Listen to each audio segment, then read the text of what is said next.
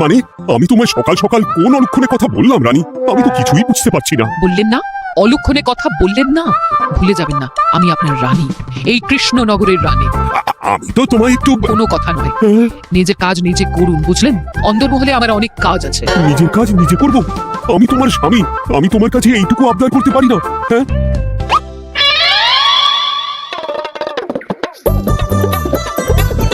আজ গিন্নির সাথে বচসা করতে গিয়ে দেরি হয়ে গেল। মহারাজ আবার আমার দেরি দেখে রেগে না যান।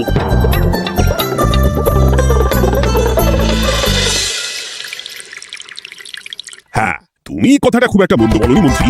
এতে রাজ্যবাসীর উপকার হবে আর রাজকোষের খুব একটা চাপ পড়বে না। তাহলে মহারাজ সব ঘরে ঘরে এই বার্তা পৌঁছে দিই। কি এত বড় সাহস তোমার? আমার মুখে মুখে কথা বলছো? যাও, বেরিয়ে যাও বলছি আমার চোখের সামনে থেকে। তোমায় আর দেখতে চাই না। আমি আবার কি বললাম মহারাজ? কি বললে মানে? কি বলতে বাকি রাখলে শুনি? বলছিলাম কি, অপরাধ নেবেন না মহারাজ, সেনাপতি তো। চুপ, একদম চুপ। আমি মরছি নিজের জ্বালায় আর তুমি ওই ভুল ভাল বলে আমার মাথা বিগড়ে দিতে চাইছো? মহারাজ রেগে আগুন, এই ছিলেন ঠান্ডা, এই তো মুখে হাসি ছিল, এখন হাতে ডান্ডা। কি বললে কবি? তুমি আমায় অপমান করলে? যাও, এক্ষুনি তোমরা সবাই দূর হয়ে যাও আমার সামনে থেকে। কাউকে চাই না আমি এই মুহূর্তে। রাজসভা আমি শূন্য দেখতে চাই, না হলে আজ সব কটা গর্দান নেবো আমি। যাও বলছি।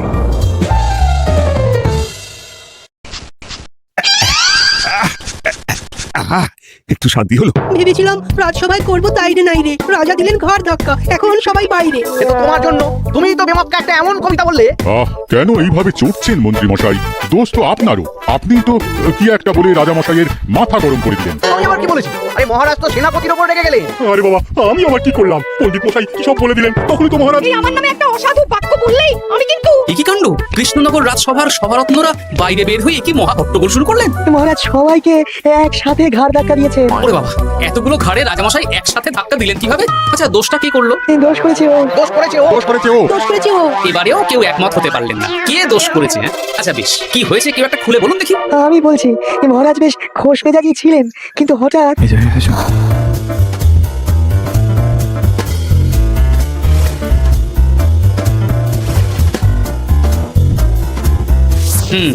এই কাণ্ড, এ তো ভারী অদ্ভুত রোগ মনে হচ্ছে। মহারাজের আচমকা মাথায় রক্ত চড়ে গেল নাকি? হ্যাঁ, মহারাজ আপনাদের রাজসভায় ডেকেছেন। ওরে বাবা না, যাবো না গো আমি, আমার কাছে আমার প্রাণ সবচেয়ে দামি। আমিও যাব না, নির্ঘাত মহারাজ গর্দান নিতেই ডাকতেন। আমিও যাব না গোপাল, আমারও প্রাণের বড় মায়া। আচ্ছা এটা কি কোনো কথা হলো? হ্যাঁ, প্রাণের মায়া কার নেই বলুন তো? আর মহারাজ যে গর্দান নিতেই ডাকছেন তার কি কোনো মানে আছে? অন্য কারণও তো হতে পারে।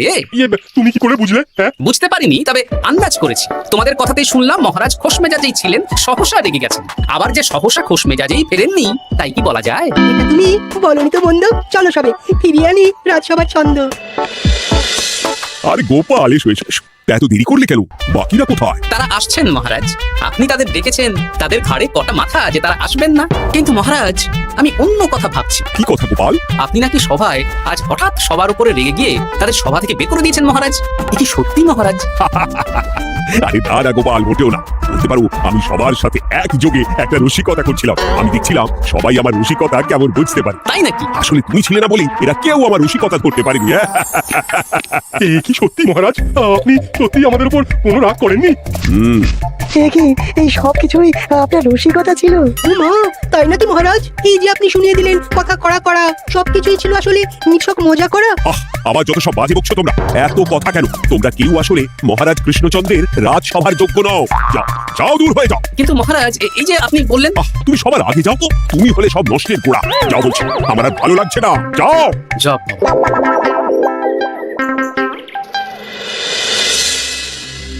কি বুঝছেন?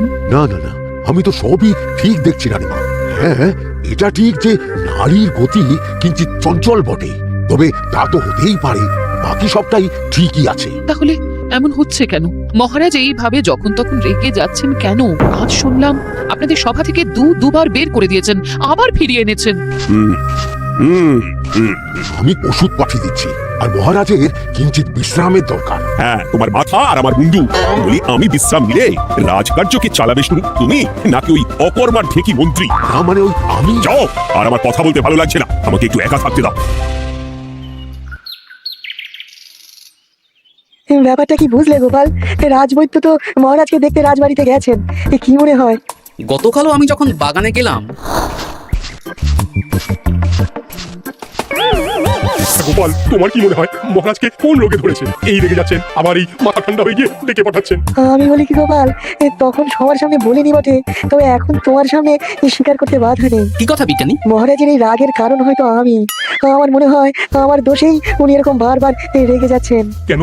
আসলে মহারাজ আমাকে একটা মাথা যন্ত্রণা সারার ওষুধ আবিষ্কারের দায়িত্ব দিয়েছিলেন, তো আমি অনেক চেষ্টা করেও সেই ওষুধটা আবিষ্কার করতে পারিনি।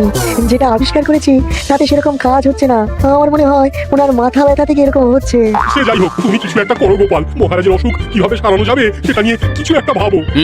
ভাবতে তো হবেই। আজ সন্ধেবেলায় তুমি তোমার বাড়িতে বাকি সভাসদদের ডেকে আন, আমি সমাধান সঙ্গে নিয়ে সময় মতো চলে আসবো। আচ্ছা বেশ, তাই হবে। আমি এক্ষুনি বাকিদের খবর দিয়ে দিচ্ছি। আর বিজ্ঞানী, একটু এদিকে এসো তো, একটা কথা আছে।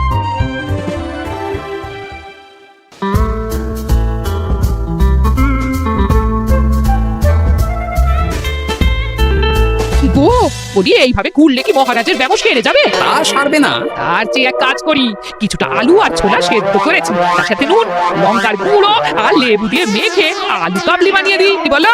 হ্যাঁ, দাও দাও দাও, মন্দ হয় না। মহারাজের মন উচ্চাটন, তার কি কারণ? মাঝে মাঝে আসছেন আর মহারাজ রেগে আগুন হয়ে যাচ্ছেন, আবার যেই সে ব্যামো ঠিক হয়ে যাচ্ছে মহারাজ সেই আগের মতন। তার উপর আবার সভাসদেরা মনে করছে তাদেরও কোনো দোষ আছে। তাহলে দুয়ে দুয়ে চার করতে হবে, কিন্তু কিভাবে কিভাবে কিভাবে? এই নাও আলু কাবলি খেয়ে পেট ঠান্ডা করে নাও দেখি। হ্যাঁ, বেশ কিছুদিন আগে বিজ্ঞানী লেবুর রসের জাদুর কথাই তো বলছিল। আচ্ছা গিন্নি, তুমি তোমার বিয়ের সময় তোমার বাবার মুদির দোকানের একটা কাঠের ছোট বাক্স পেয়েছিলে না, যাতে শ্বশুর মশাই মোহর রাখতেন? উমা, সে বাক্স তো ঝুলকালি মেখে আছে গো, আগে তোমার কি হবে? ঝুলকালি লেগেছে? বাবা বাবা, তাতে তো আমার কাজ আরো ভালো হবে। যাও যাও যাও, নিয়ে এসো দেখি। আমি ততক্ষণে বেশ খানিকটা অদৃশ্য কালি বানিয়ে ফেলি। না না, আমি তো বলছি মহারাজের কোনো রোগ নেই, সামান্য উদ্বেগ ছাড়া আর কোনো সমস্যাই নেই মহারাজের। তাহলে মহারাজ আমাদের এই তুর্কি নাচন কেন নাচাচ্ছেন শুনি, মস্করা করে? তাই তো উত্তর জানা চাই তো। আর এই যে এত জরুরি তলব পাঠিয়ে গোপাল আমাদের ডেকে পাঠালো, তার তো টিকিরও দেখা নেই। গোপাল কি করবে শুনি? যে রোগ আদপেই নেই সেই রোগ কিনা ওই গোপাল ছাড়াবে? আমার তো বিশ্বাসই হয় না। বিশ্বাসে মিলায় বস্তু, তর্কে বহু দূর, তাই না মন্ত্রী মশাই? পেলে গোপাল, মহারাজের রোগ সারাবার কোনো উপায় পেলে? আচ্ছা গোপাল, রাজবৈদ্য বলেছেন মহারাজের কোনোই অসুখ নেই, তা তুমি কি সারাবে শুনি? হ্যাঁ, রোগ হয়তো রাজবৈদ্য মশাই ধরতে পারেননি, কিন্তু কিছু তো আছেই যার জন্য মহারাজ এমন আচরণ করছেন, তাই না? তা তুমি বলো না মহারাজ এমন কেন করছেন, আর কি তার সমাধান? এক এক করে বলি। আমি ভেবে দেখলাম এর জন্য আমরাই দায়ী। বলো কি? আমরা সবাই কোনো না কোনো সময়ই মহারাজের রাগের কারণ হয়েছি, তাকে আঘাত দিয়েছি, বিষণ্ণ করেছি। ইচ্ছে করে করিনি হয়তো, কিন্তু করেছি। আর মহারাজ সেই সব কথা বুকে চাপা দিয়ে রেখেছে। তুমি বলতে চাইছো অতীতের সেই সব ভুলের কারণেই মহারাজ এমন করছেন? আমার তো তাই মনে হয় সেনাপতি। আচ্ছা আচ্ছা, তর্কের খাতিরে যদি তাই ধরে নিই, তাহলে এখন আমাদের কি করণীয়? আমরা তো কাল যন্ত্রে চেপে অতীতে ফিরে যেতে পারবো না, যে সেই সব ভুলগুলো শুধরে দেবো। তা হয়তো হবে না, কিন্তু কিংকর্তব্য বিমূঢ় বাবার আদেশ যদি মানি, তাহলে এই সমস্যার সমাধান সম্ভব মন্ত্রী মশাই। কি বললে? ত্রিকালজ্ঞ বাবা কিং কর্তব্য বিমূঢ়, সে আবার কি গোপাল? আছেন একজন জ্ঞানী ব্যক্তি, আমার খুব পরিচিত। তার দেওয়া একটা উপদেশ আমার জানা আছে। আমার বিশ্বাস তাতে মহারাজের এই সমস্যার সমাধান হয়ে যাবে। কি করে শুনি? এই কালি হলো অদৃশ্য কালি। কলম দিয়ে অদৃশ্য কালিতে কাগজের উপর লিখতে হবে। কি লিখতে হবে? লিখতে হবে যে মহারাজের সাথে অতি সাম্প্রতিক কালে আমরা যা যা অন্যায় করেছি তাই লিখতে হবে। কোনো মিথ্যে কথা লেখা যাবে না। তবে চিন্তা নেই, অদৃশ্য কালি, ফলে কেউ কারো লেখা পড়তে পারে না। এইবার এই কাগজ ভাঁজ করে ফেলে দিতে হবে এই বাক্সে। বাক্সে তালা, তার চাবি থাকবে মন্ত্রী মশাইয়ের কাছে। আবার আমার কাছে কেন? পরে যাতে কোনো সন্দেহ না করেন, যা সন্দেহবাতিক মৌন আপনার। বলে এইবার এই বাক্স সারা রাত নদীর ধারে বটতলায় পড়ে থাকবে, চাঁদের আলো পান করবে। তারপর সকালে আমরা সবার সামনে এই বাক্স ফেলে দেব নদীর জলে। সবার অন্যায় সারা রাত চাঁদের আলো পান করে শুদ্ধ হয়ে ভেসে যাবে নদীর জলে। ব্যাস ব্যাস, আমরা সবাই পাপমুক্ত হয়ে যাবো। একদম, সবাই শুদ্ধ হয়ে যাব, আর মহারাজের ব্যামো সেরে যাবে। কিন্তু তুমি কোনো চালাকি করছো না তো গোপাল? অদৃশ্য কালিতে লেখার সাথে আমি আর কোন চালাকি করবো মন্ত্রী মশাই? দেখুন, আমি একটা কাগজে লিখছি। কি কিছু বোঝা যাচ্ছে? সত্যি তো কিছু বোঝা যাচ্ছে না যে আরো কিছু লেখা হয়েছে কি হয়নি। তাহলে লেখা শুরু করা যাক। এক এক করে লিখুন আর কাগজ ভাঁজ করে বাক্সে ভরে দিন। আর হ্যাঁ, একদম মিথ্যে কথা লিখবেন না, তাহলে কিন্তু লেখাগুলো অদৃশ্য থাকবে না, ফুটে উঠবে। আচ্ছা গোপাল, বুঝেছি। কলম কালি মন, লিখে 3 জন। মিথ্যে কথা লিখে দিলেই ঘটবে অঘটন। আমি বাক্সটা নদীর পাড়ে সঠিক জায়গায় রেখে আসবো। তারপর কাল সকালে সবাই মিলে এই বাক্স ফেলে দেব নদীর জল। ঠিক আছে?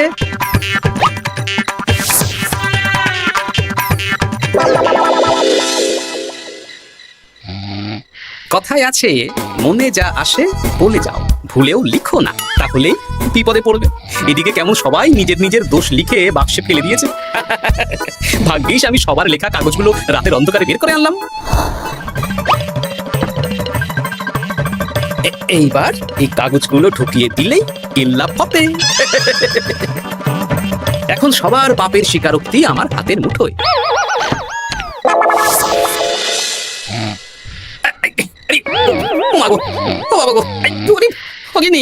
বলি নাক ডেকে তো ঘুমোচ্ছ, আর পিঠটা একটু চুলকে দাও দেখি। এই জন্যই তো মাথাটা যায় গরম হয়ে। আরে এই সহজ ব্যাপারটাই তো আমি বুঝতে পারিনি। মহারাজের অসুখটা হলে এই যাক, এই রাতের বেলাতেই একসাথে একটা ঢিল পেয়ে গেছি। এক ঢিলে মারবো দুই পাখি। রাজার অসুখ সারবে, আবার সব কটা পাজি শায়েস্তাও হবে। হ্যাঁ,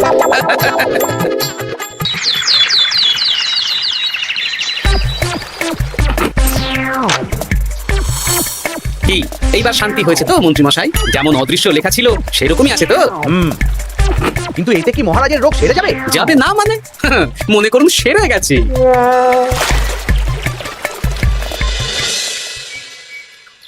তাহলে আজকে সভার কাজ শুরু করা যাক। ক্ষমা করবেন মহারাজ, সবার কাজ শুরু করার আগে একটা দরকারি কাজ আগে করা দরকার। না হলে আবার কখন আপনি আমাদের কারো উপর রেগে যাবেন আর আমাদের সভা থেকে তাড়িয়ে দেবেন তার তো ঠিক নেই, তাই না? গোপাল, আর বিরক্ত করো না। আমার এত সাহস নেই মহারাজ যে আমি আপনাকে বিরক্ত করব। আমি তো জানি নিজের পিঠ যখন নিজে চুলকোনো যায় না, আর কেউ থাকে না সেই পিঠ চুলকিয়ে দেবার মতো, তখন কিরকম বিরক্তি জেগে ওঠে, তাই না মহারাজ? কি গোপাল, তুমি এত কিছু কি করে জানো? জানাই তো আমার কাজ মহারাজ। আর এও জানি যে আপনার এই বিরক্তির পেছনে সভাসদগণের ভূমিকা ঠিক কি। তার মধ্যে তুমিও আছো গোপাল, তাই না? আছি, পুরো মাত্রায় আছি মহারাজ। তবে হ্যাঁ, আমি কিন্তু তাই বলে রাজকোষের হিসেবে গোলমাল করে মহারাজের কোপের কারণ হইনি মন্ত্রী মশাই। গোপাল আন্দাজে বলছে, না হলে কাল অদৃশ্য কালিতে আমি কি লিখেছি সেটা জানলো কি করে? এই, আমি যা লিখেছি সেটাও কি গোপাল পড়ে ফেলেছে নাকি? যাকে পড়লেই বাকি, সব লেখা তো ওই নদীর জলে ভেসে গেছে। আমি যে লিখেছি তার প্রমাণ কি? তবে আর চিন্তা নেই মহারাজ, সমস্যার সমাধান হয়ে গেছে। এখন থেকে আপনি যতক্ষণ রাজসভায় থাকবেন, প্রথমে মন্ত্রী মশাই, তারপর পণ্ডিত মশাই, আর তারপর রাজবৈদ্য পালা করে আপনার পিঠ চুলকে দেবে। কেন আমি কেন চুলকে দেবো? না দিলে যে আপনার কপালে অনেক বড় শাস্তি ঝুলছে মন্ত্রী মশাই। রাজকোষে যে জালিয়াতি আপনি করেছেন তার স্বীকারোক্তি আমি হাজির করব যে মহারাজের সামনে। এই নিন মহারাজ মন্ত্রী মশাইয়ের পাপের স্বীকারোক্তি। আপনি আগে মন্ত্রী মশাইয়ের লেখাটা পড়ুন, তারপর একে একে সকলের স্বীকারোক্তি দিচ্ছি। কি মন্ত্রী, তুমি রাজকোষ থেকে 500 মোহর চুরি করেছো, আর তার বদলে সেই হিসেব তুমি পুকুর পাড় বাঁধানোর খরচ হিসেবে দেখিয়েছো। এই সেরেছি, এটা ফুটে উঠলো কি করে? সে অনেক কাণ্ড মন্ত্রী মশাই, বাকিদের সবারটাই আছে। এত জেনে কাজ কি? না না, জানতে তো হবেই। তাহলে শুনুন, এই অদৃশ্য কালি আসলে লেবুর রস। গতকাল রাতে আমি